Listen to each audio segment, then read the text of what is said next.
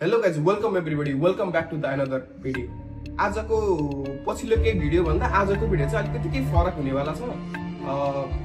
आज चाहिँ म आफ्नो धारणा विचार चाहिँ यो भिडियोमा राख्न गइरहेको छु। भिडियो अगाडि बढ्नु भन्दा पहिला तपाईले यो एउटा सानो भिडियो क्लिप हेर्नु है ल।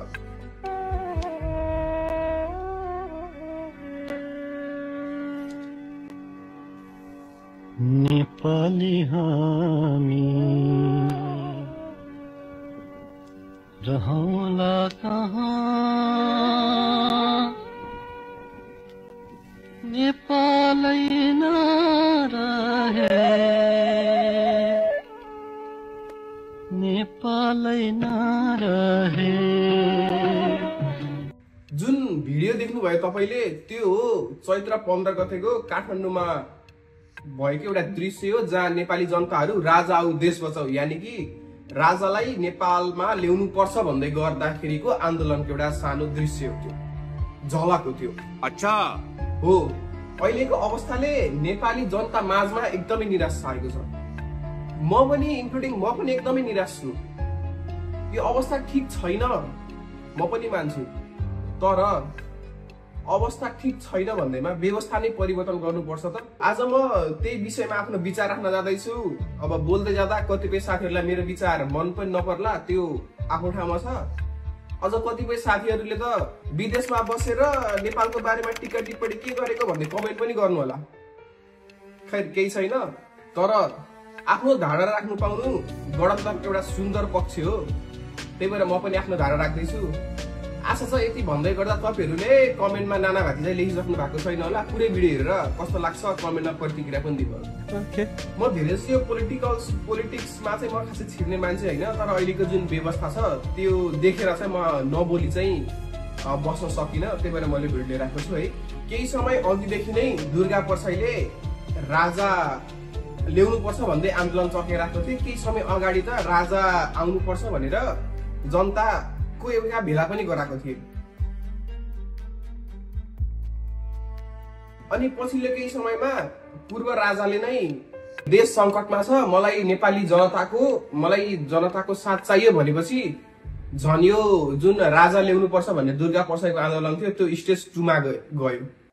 अब समय आयो, राष्ट्र जोगाउने हो भने, राष्ट्रिय एकता कायम राख्ने हो भने देशको समृद्धि र उन्नतिका निमित्त हामीलाई साथ दिन सबै देशवासीहरूलाई आह्वान गर्दछौं। अनि के राजा आउने बित्तिकै यो देशले फड्को मार्ला त?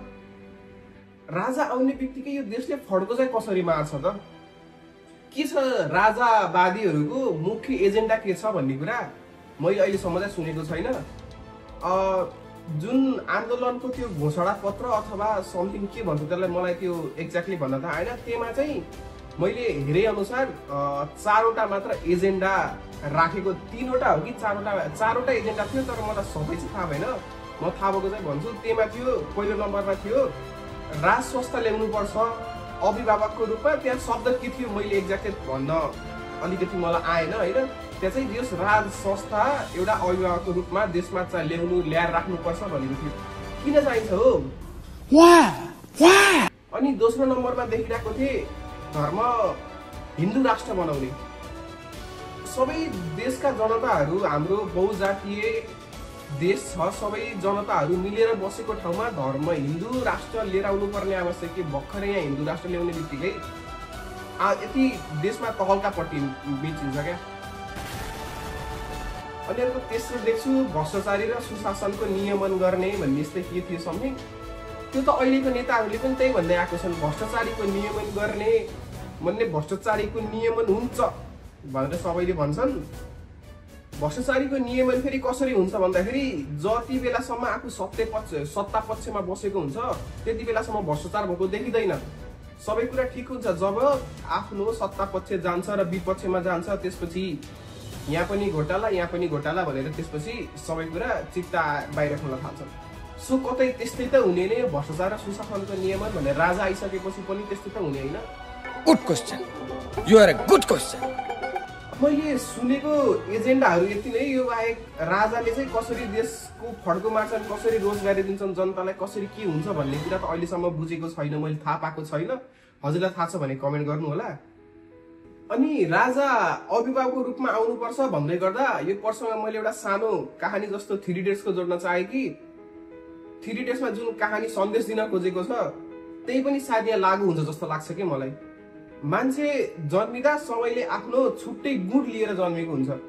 एउटा राज संस्थामा एउटा राज परिवारमा जन्मेकै भरमा उसमा त्यो लिडरशिप गर्ने क्वालिटी छ कि छैन, I don't know, we don't know के छ उसको इच्छा आकांक्षा के छ थाहा छैन। तर एउटा राज परिवारमा जन्मेको जेठो छोरा यो देशको अभिभावक नै बन्नुपर्छ भनेर हामीले मानिदिनु पर्ने रे। मलाई कतैबाट पनि सेन्स लागेन।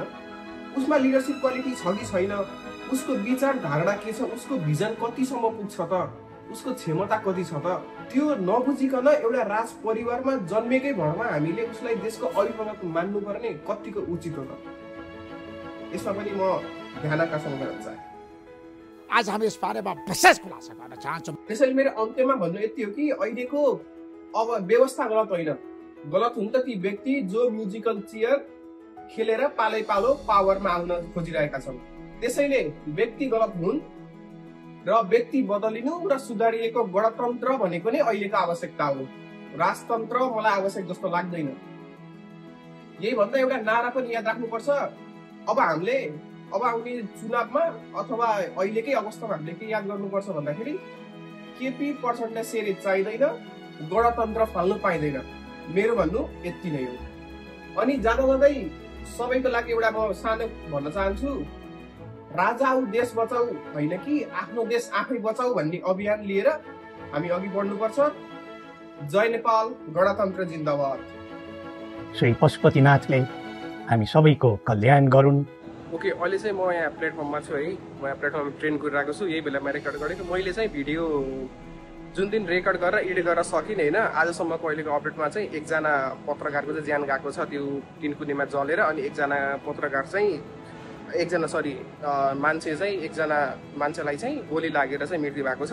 अनि घाइतेहरू चाहिँ कति भए त्यो चाहिँ अब धेरै नै भइसके। अनि एउटा कुरा फेरि त्यही दोहोरिरहेछ कि त्यो दिन दुर्गा परसाई आउनुभयो, आन्दोलनमा आए, आन्दोलन गरे, फरार भए, कता गए थाहा छैन, अहिलेसम्म अत्तो पत्तो छैन भन्ने चाहिँ मैले खबर पाएको छु। त्यो दिन राजा पनि आउनु भएन आन्दोलनमा। त्यसपछि न नेताहरू कोही आए, लास्टमा कुटिने र दुःख पाउने भनेको आम जनताले नै हो क्या। पुलिसहरू कुटिए, कति पुलिस घाइते भए, कति मान्छेहरू घाइते भए, लास्टमा हुने भनेकै दुःख पाउने भनेकै आम जनताले हो।